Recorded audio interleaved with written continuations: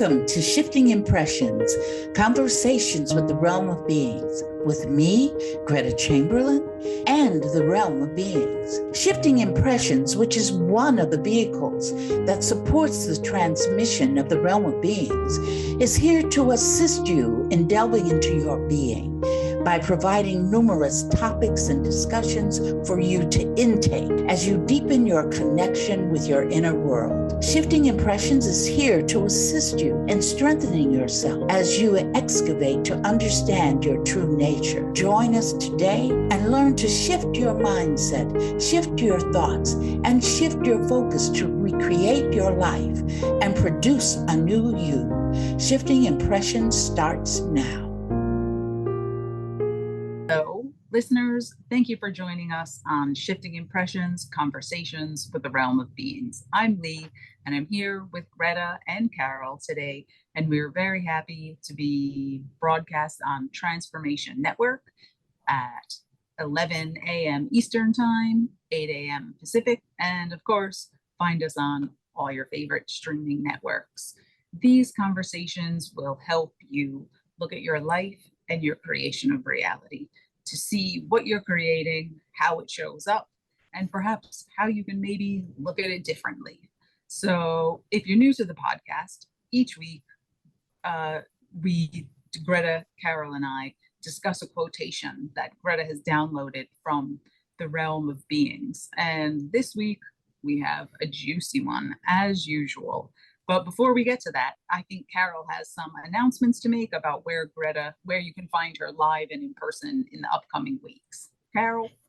Thank you, Leigh. Yes, I want to remind everyone, especially all you California cool people, that Gretta and the Realm will be at the Conscious Life Expo, which is at the LAX Hilton on February 9th, 10th, and 11th.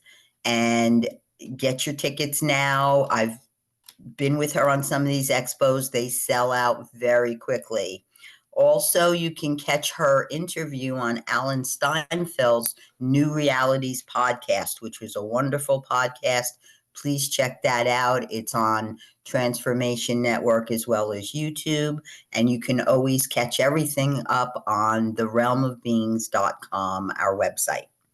Thank you. And we're ready for our quote. Thanks, Carol.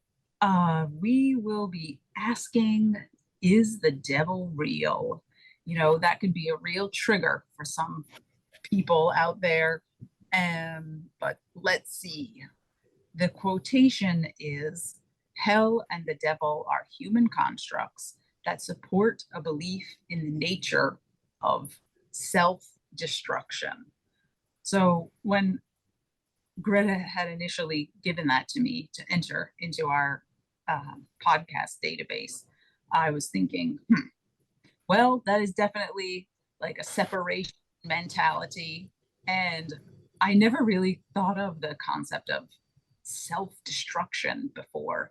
However, that seems to make sense to me because, I mean, first of all, you know, there's that big separate mentality of heaven and hell. And then, but the self-destruction piece I thought was very interesting, because if that's your belief, right?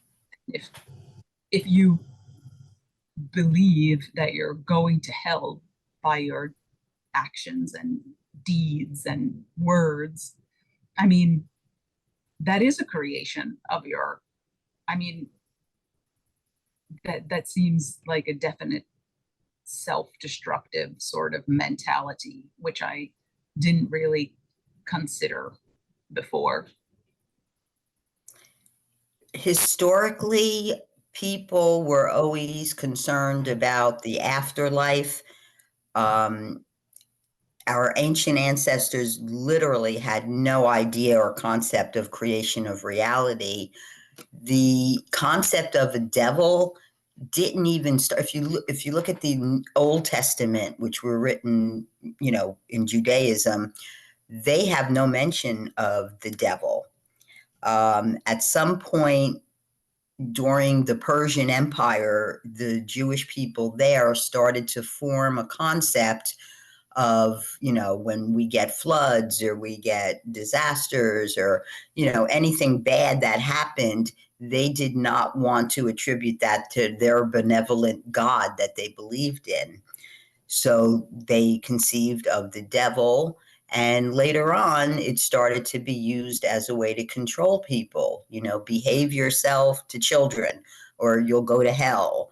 I have a direct connection to God. He speaks to me. So give me money or you'll go to hell. So it's That's an interesting one. really pushing that people did not understand that they're creating their own reality at all, not even an iota. So Absolutely, absolutely. interesting history. And see that sets up a whole, it stirs the pot of fear. Mm-hmm. That it's a fearful situation. You have sinned according to whatever religious beliefs you have. And this is not the process. This podcast today is definitely not the process of knocking anybody's religion, because that's your choice, that's your belief. But the thing is that concept of the devil can be very hurtful. I met a woman, she came on a Zoom call. I think I was teaching Seth, something about Seth. And we started talking about the whole concept of hell. And what she said to me was, she said, I was so scared. This is an adult. And she said, as an adult, she said, I have been scared for years. Because she really accepted the fact that hell existed. And it's a scary situation. And some people develop it, you're going to go to hell and burn. So then you equate it with your skin's going to burn. Who wants that? But there are people that believe in it. And I like the comedian, I've forgotten his name. He's a African-American comedian. I see his face and cannot remember his name, but he used to always say, when something happened, he said, the devil made me do it. So in some cases, it gives you someone else or something else to blame for whatever challenges you have that you've created for yourself. Well, it wasn't me, it was the devil. It wasn't me, it was evil. That's exactly how the whole concept started. Once they believed in a monotheistic religion of one God, because there was always an afterlife consideration in ancient times. The Greeks, for instance, had Hades. The Egyptians very strongly believed in an afterlife. They did not call it hell, but they had the river Styx they had to cross. So a lot of people, again, without the knowledge of creating their own reality, had to put the blame somewhere when things happened that they didn't like. And they figured, well, if God is good, he's got to have a counterpart. In fact, the name Satan comes from a Hebrew expression, ha-satan, which means the opposer. So he was the opposite of God, God being good, the devil being evil.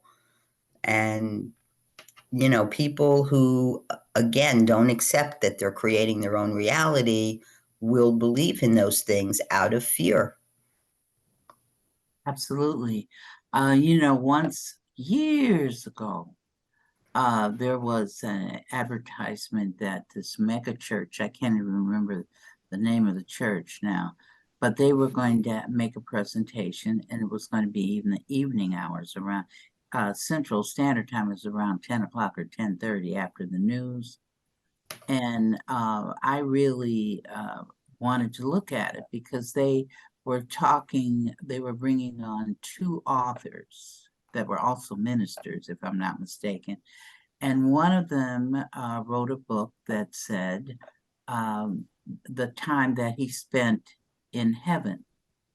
And then the other person they were presenting wrote a book about the time that he spent in quote unquote hell. So I said, oh, I want to look at this. So they brought on the person who talked about hell first. And it was interesting because he painted a picture of that you could see people burning in flames, the flames shooting up all around these people, I guess, who were evil, that had lived, and now they were in a punishment stage. So he saw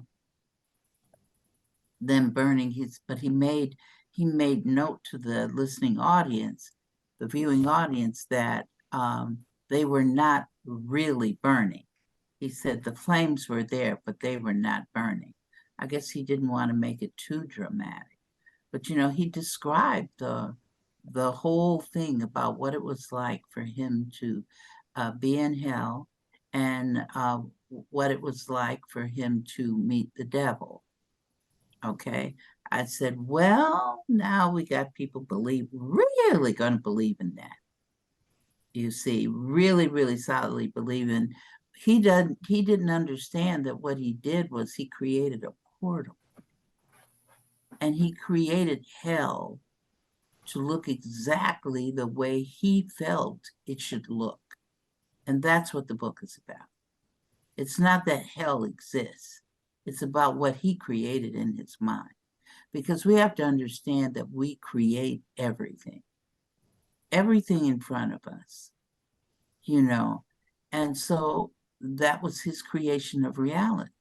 But because he didn't understand, he didn't know anything about creation of reality, he firmly believed that he had actually been in hell, when in actuality he wasn't.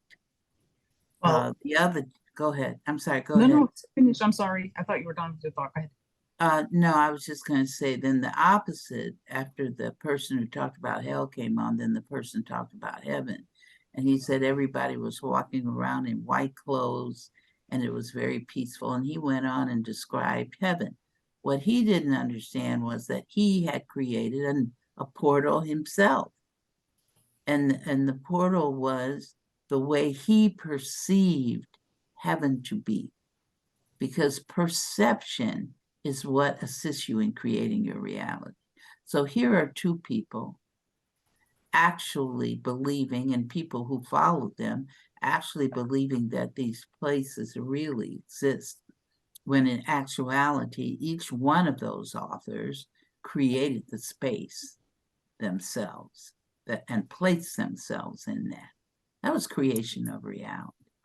And it also sounds a lot like Hollywood had a lot of influence on how they created what they perceived to be heaven / or hell, because of, all these movies, whatever. So it can be whatever you want it to be, but so can your life be anything you want it to be.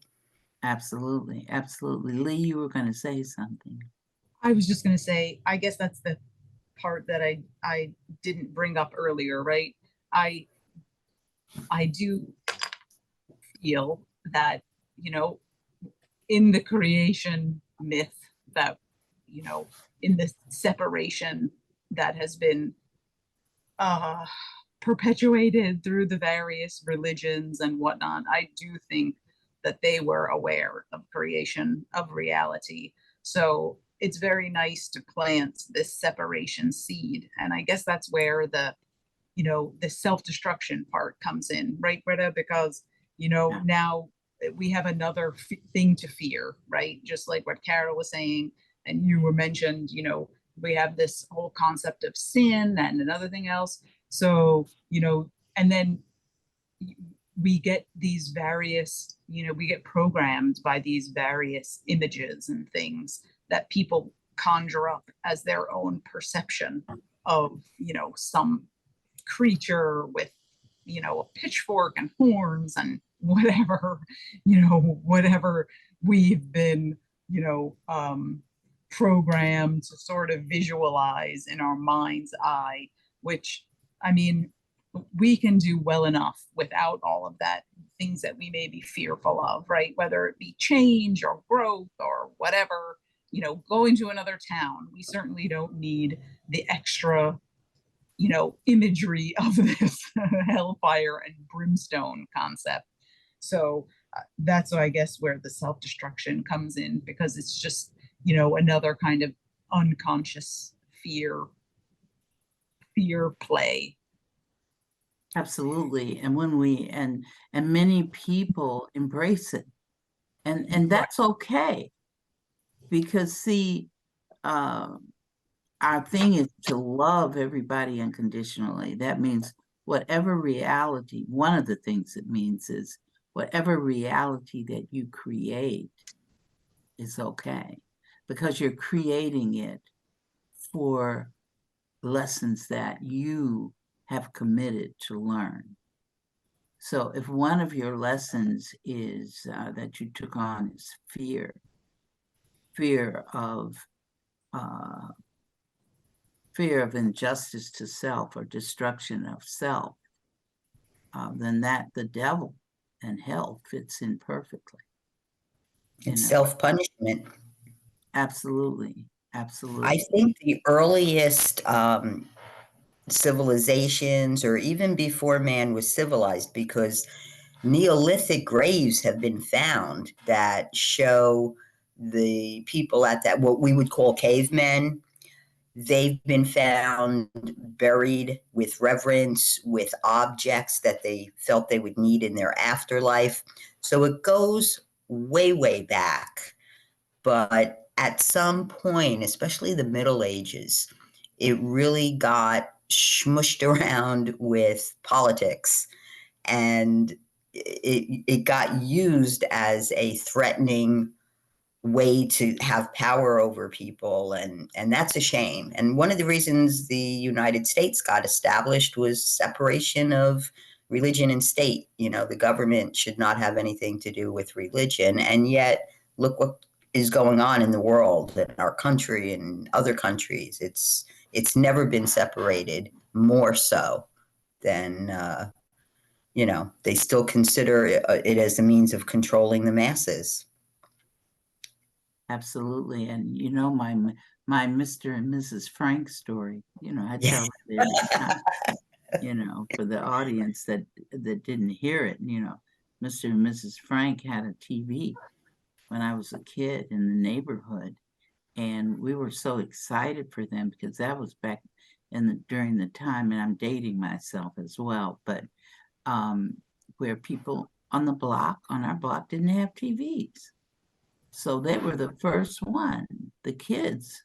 We were so excited. Then we turned around and found out that they didn't have their TV anymore. And we said, well, what happened? Well, the pastor of their church went into the house and saw the TV and said, I have to remove this because this is evil.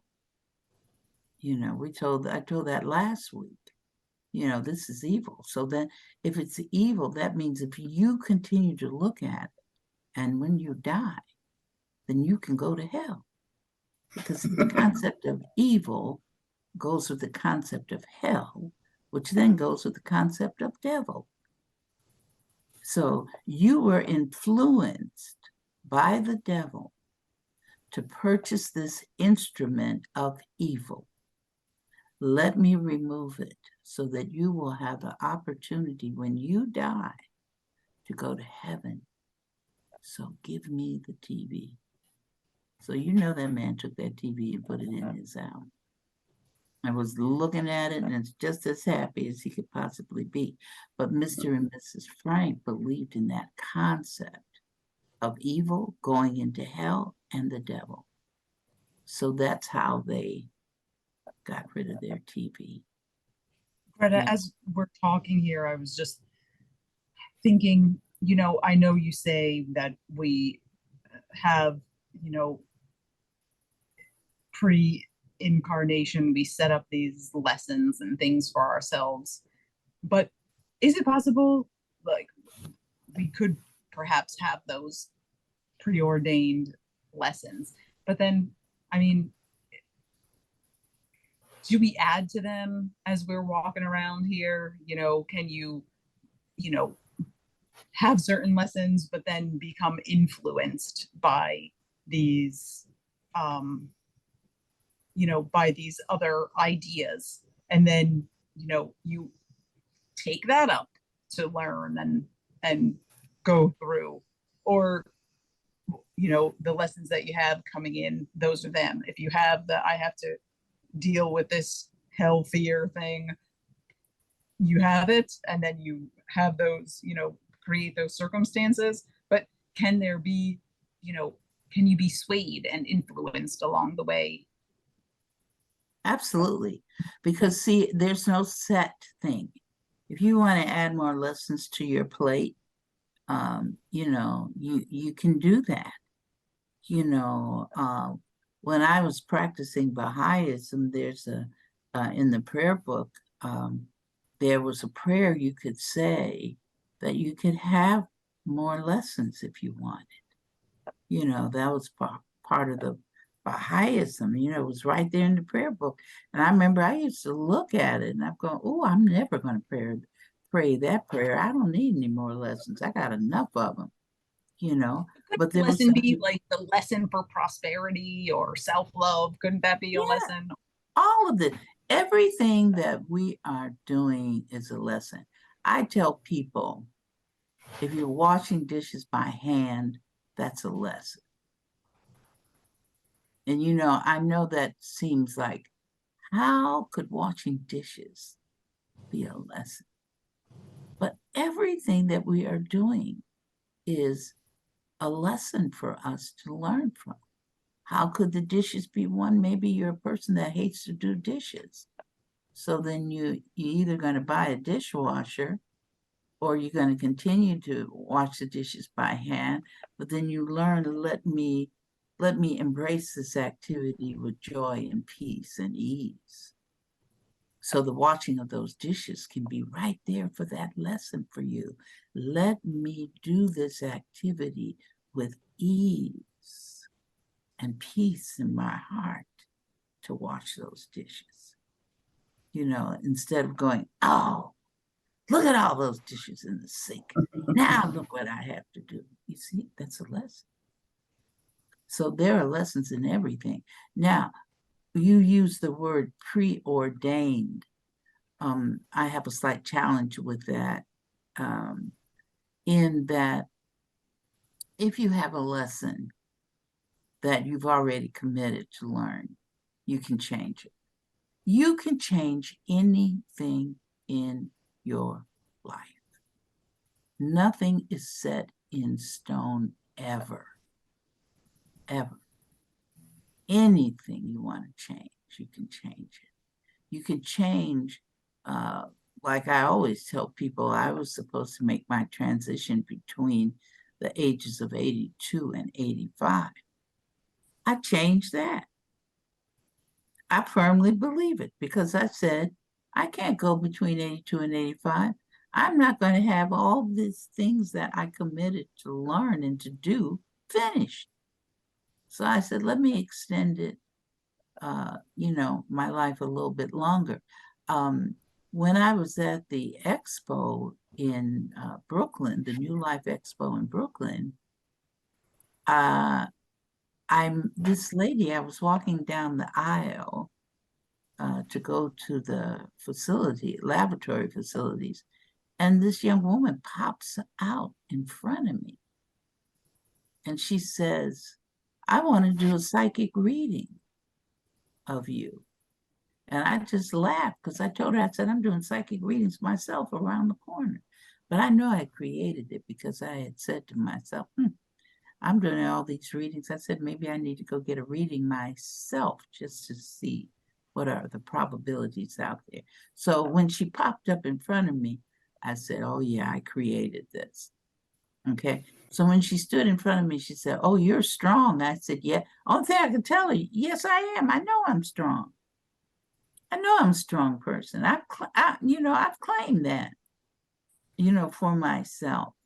And because some of the realities that I have created for myself, you have to be strong to be able to get through it.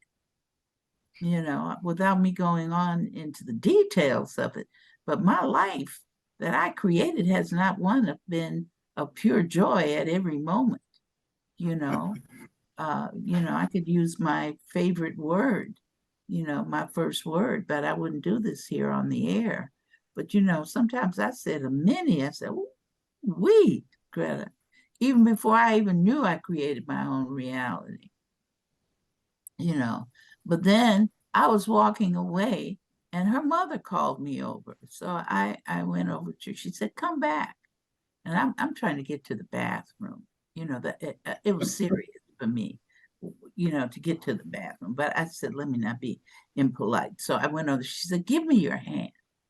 So I gave her my right hand. She looked and she said, "You're going to live a long life." And that was confirmation for me, yeah, because I changed it. I But changed it. Greta, It was confirmation for it. Didn't What you did you say, technically Carol? create to hear that? I said, didn't you technically create that to hear that?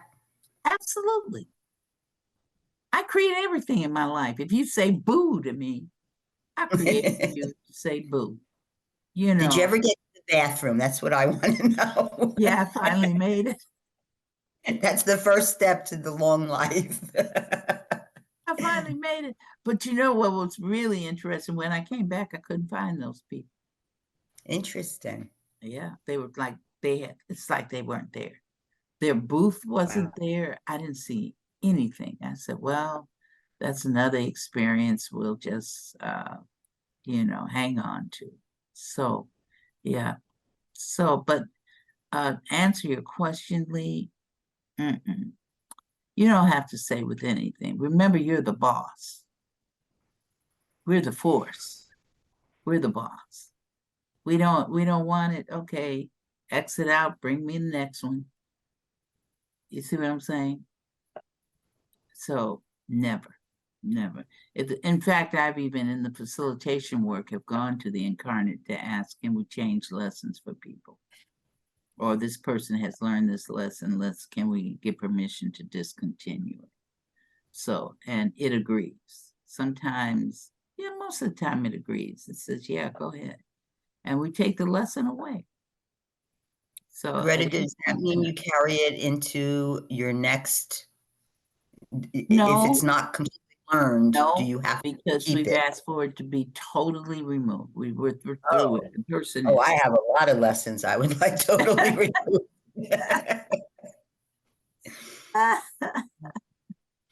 Yeah, but if you don't learn them, then you take them with you. If you want to. Let me always say, if you want to. If you don't want to take it, don't take it. You're the boss. You're the big cheese. I still don't know how that works. Like how that's, how does that work? And why is it, I mean, can we ask to get a list of our lessons delivered so we can kind of go through them like a shopping list?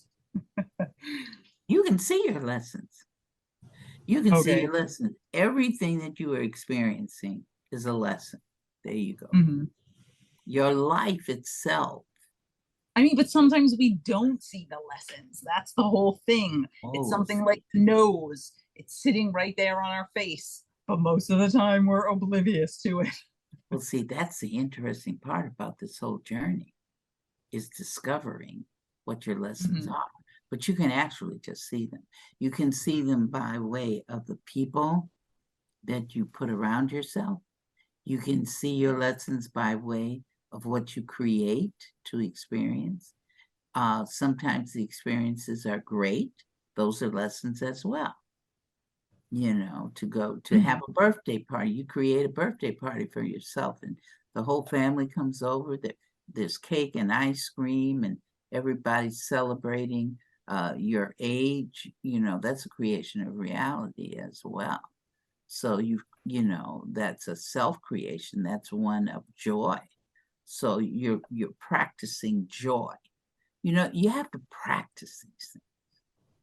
You practice joy. It's not that you're just going to be joy. joyful. You practice it by creating things around you that support you in being joyful. And one of the ways is to lose the concept of hell and the devil. Because when you believe in the hell and the devil, then you're really into suffering. And separation, right? It's and like separation, absolutely. That's why it says belief in the nature of self-destruction. Mm-hmm. Yeah, because it's working against your joy. Right. Yes. And like the whole idea is to, like, as much as we can, get back into oneness, like as much as we can accept that and incorporate it in this human, space-time experience. Absolutely. Because if you believe in the concept of hell, then you believe that there are good people and they're going to heaven, and there are bad people and they're going to hell. Now, one religion talks about purgatory, where you could go either way. So you can sit down in purgatory and wait for your the announcement. Well, we feel that you did so and so and so and so, so we're going to send you to hell. Oh, you over here, you did good. We liked how you acted, so we're going to send you to heaven. So it's really and it's a sense of losing sight of yourself. When we embrace hell and we embrace the devil, we're not embracing our own divinity. That's why it's a destructive nature. Because our true nature is that we are divine, each person. We show personalities that sometimes you look at that person, you say, man, that's a challenge for me. Okay, but that's the personality. When we get past the personality, we get down to the pure energy. The pure energy is the force. So we want to live our lives in peace and ease and celebrating our divinity, not celebrating self-destruction.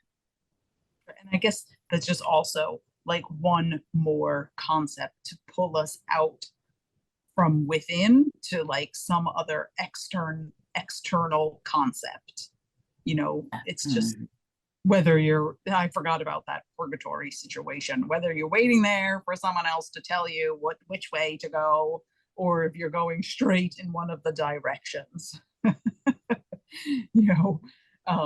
So it's like another one of these like external, for us to think externally instead of internally about what we're creating. Absolutely. And, even art, look at how in art throughout all the ages, they have some depiction of the devil. And, and in our directions, heaven is up, hell is down. You're going to go down to hell, or you're going to go up to heaven. And really, everything is internal. It's not about going up and down, sideways, or whatever, right? It's inside. And human constructs, just like Absolutely. The quote says. Yeah. I think it's time, Leigh, isn't it, for us to take our break? Thank you, listeners, for staying with us. We'll take a short pause, and when we come back, we will be joined by the realm of beings, and they can weigh in on their quotation. Thank you for being with us. We'll be right back.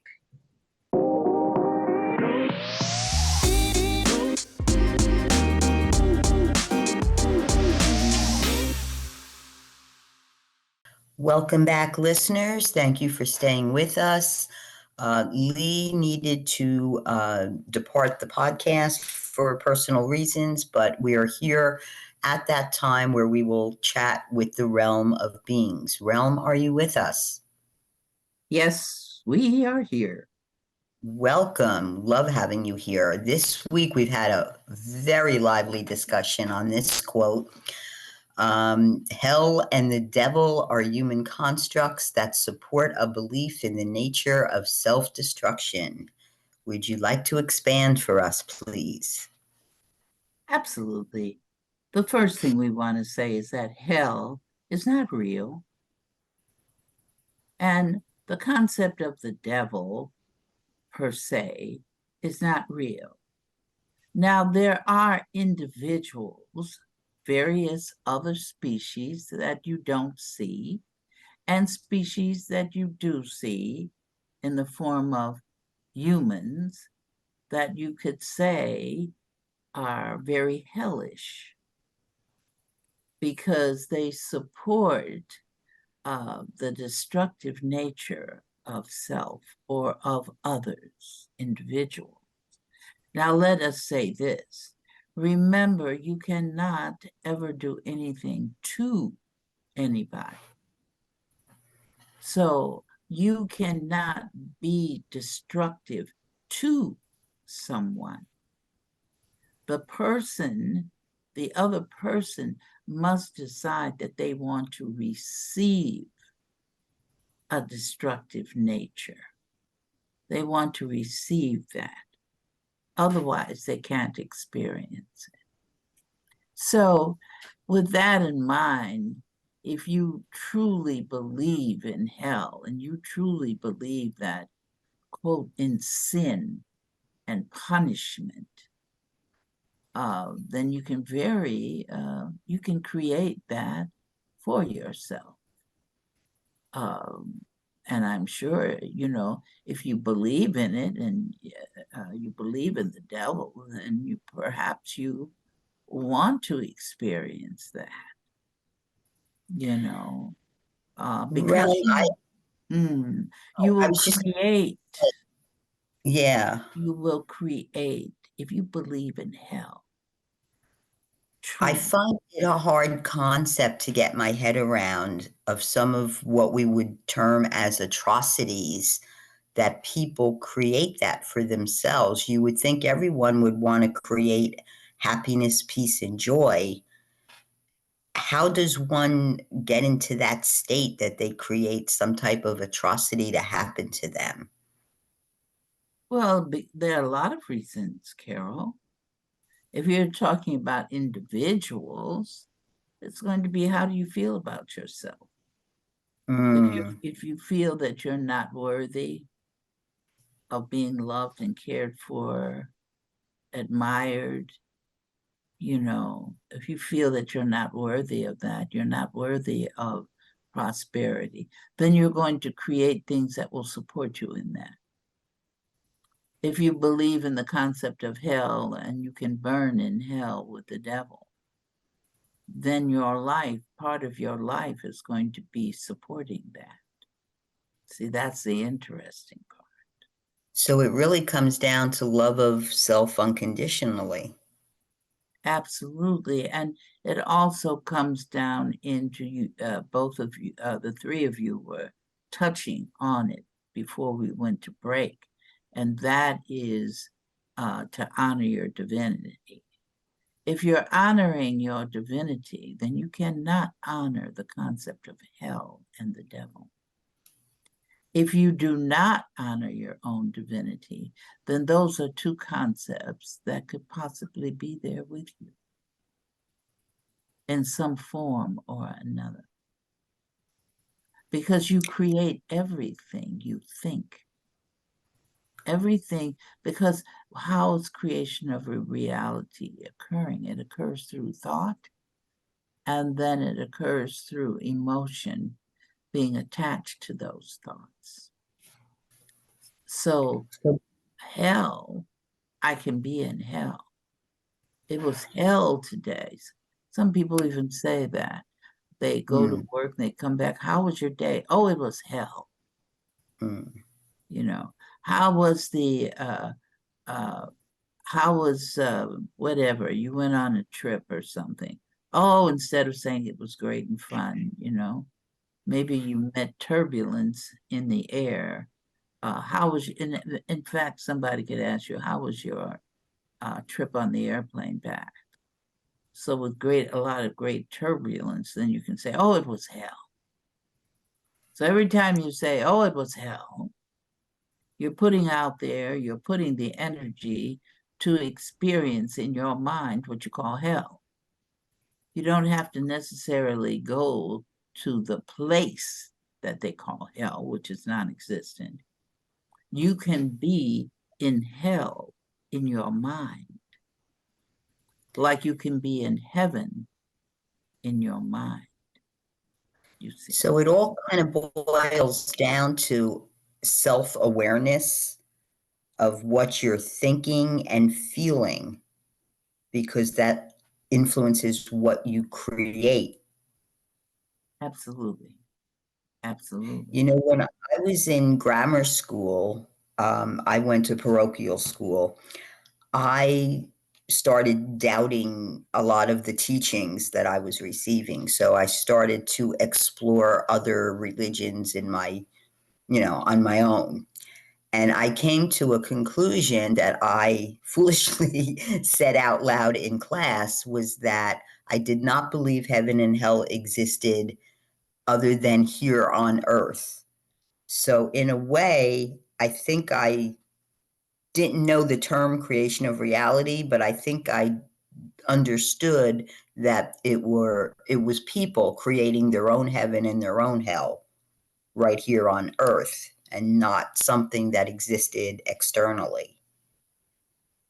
They didn't, teachers didn't like that. I can tell you that right now. Mhm. But I think I always felt that way. See, you have that second sense as a child. Children are very, they remember because they haven't been removed from that knowledge of that they are the force that long. You know, if we look at the construct of humanoid time, you see, if you're older, you're farther away from the time when you were an infant. Some of us can't even remember what life was like when we were infants, you see.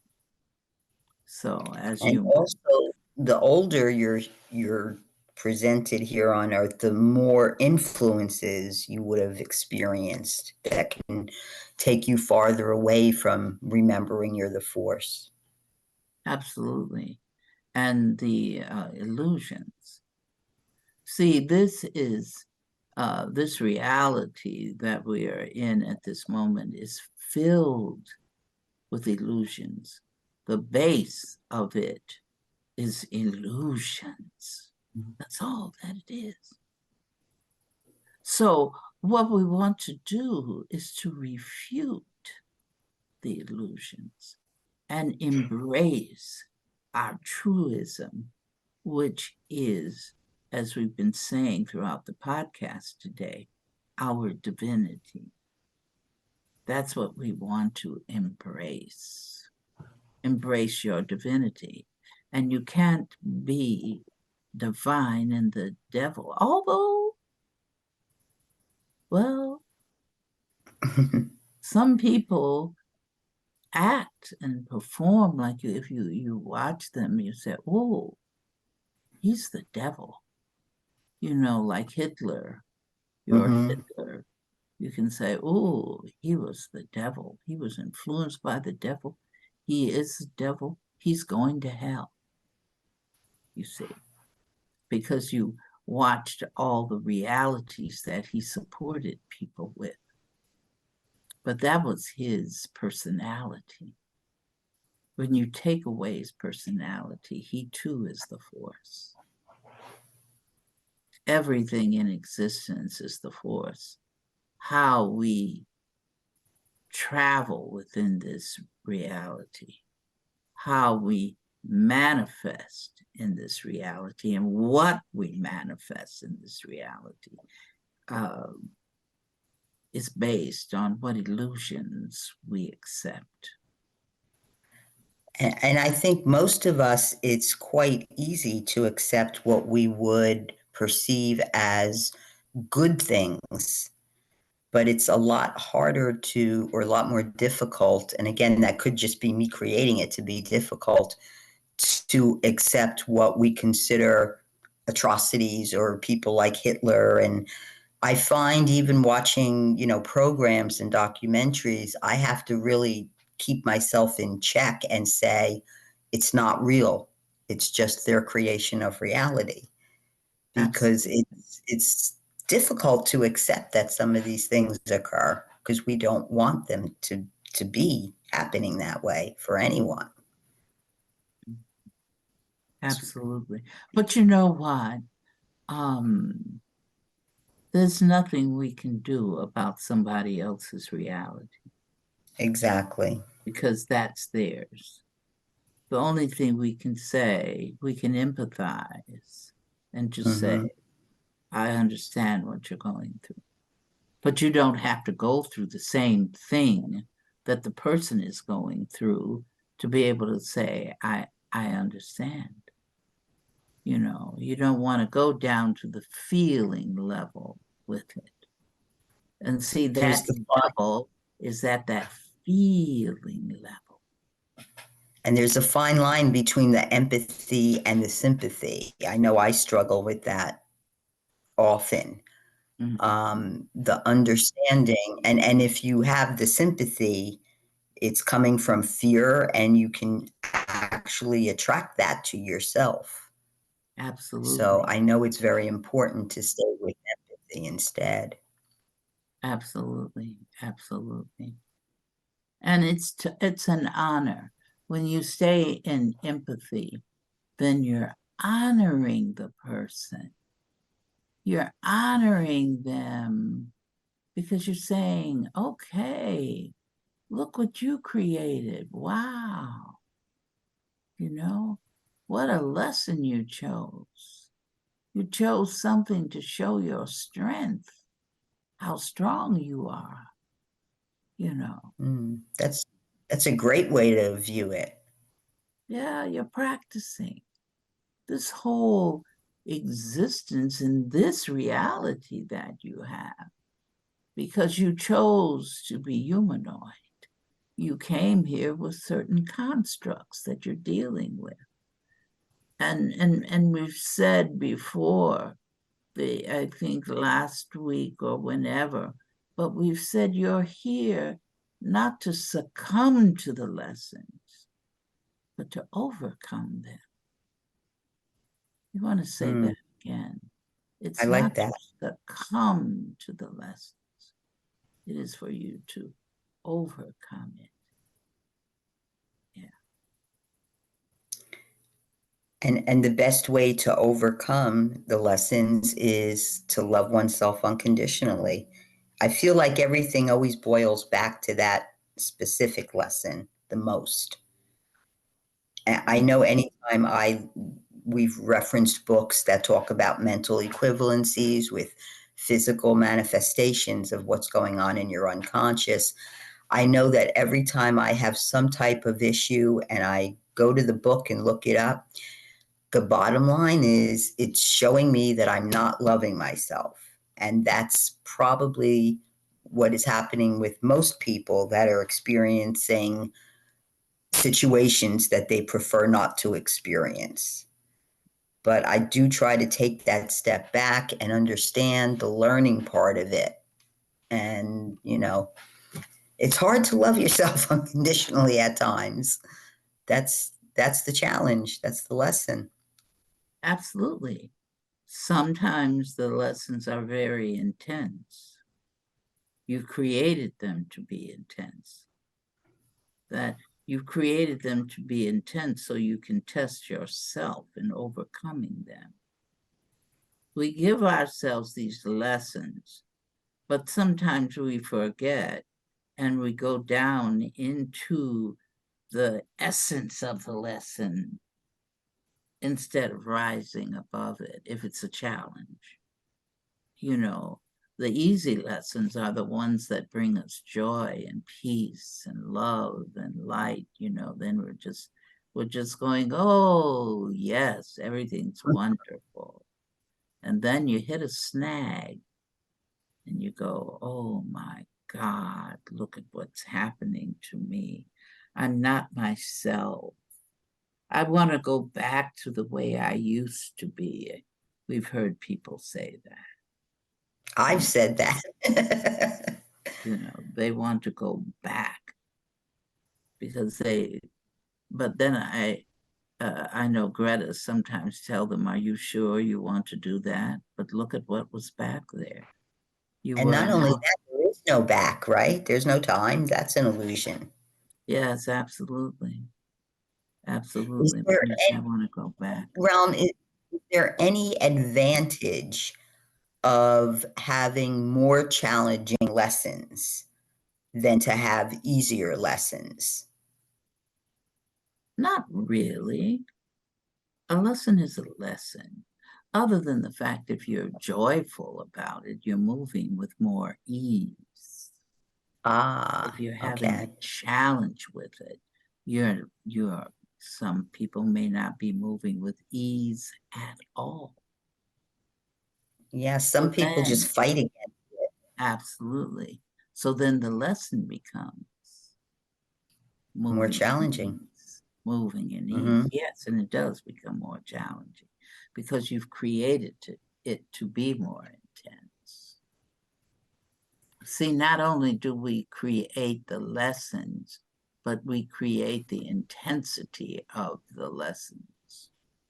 And it doesn't matter if you consider it to be a low vibrational lesson or a quote unquote high vibrational lesson. A lesson is a lesson. It's still to deal with the lesson. Yeah. Concept of devil now and hell, those are lessons. Lessons also. Would you agree that a lot of these human constructs of heaven, hell, the devil, God, are just ways of what like early humanity didn't understand what was going on in the world around them, so they needed a scapegoat? Like if there was a hurricane or a flood or a drought, they needed to blame that on something or someone. So they came up with these concepts of God and the devil and good and evil. Absolutely. If I go and I hurt somebody, if I can say the devil was in me, it relieves me from taking ownership. Right. Because I can blame it on another entity. Some people even blame things on the high vibration that they consider God. Yes, that's God, true. what you did to me. Look what you created for me. I don't want this, God. So, people blame because it's easier. Yes, for sure. It's easier than looking into, notice what I said, looking into yourself. True. Realm, we have a few seconds left. Is there any final line or thought you would like to share with our listeners before we sign off? Well, in keeping with this quote today, we suggest that our listening audience understand, if possible, that heaven and hell are just constructs that are floating around to keep you from being unified, to keep you from loving yourself, embracing yourself, because then you take on another to embrace, and that is the white light. Very good. Thank you, Realm, and thank you, Transformation Network, and mostly thankful for the audience. Please be sure to check out the website, therealmofbeings.com. Catch up on old episodes on any streaming application that you like to use, like YouTube. And we're also on Facebook and Instagram. and wish everyone a nice, wonderful, peaceful, unified, joyful, and ease of a weekend until we create each other again. Thank you. Once again, thanks for joining us at Shifting Impressions, Conversations with the Realm of Beings on TransformationTalkRadio.com. As you have explored today's creation of reality experience with the realm and me, Greta, each of you is being supported by us in further developing the understanding that you are not just an individual existing in linear time and space, but a multi-dimensional force of infinite possibilities who is connected to all. So begin to create the realities you want. Join us every Friday at 8 a.m. Pacific Time and 11 a.m. Eastern Time on Shifting Impressions at TransformationTalkRadio.com. So long until we create each other again next Friday.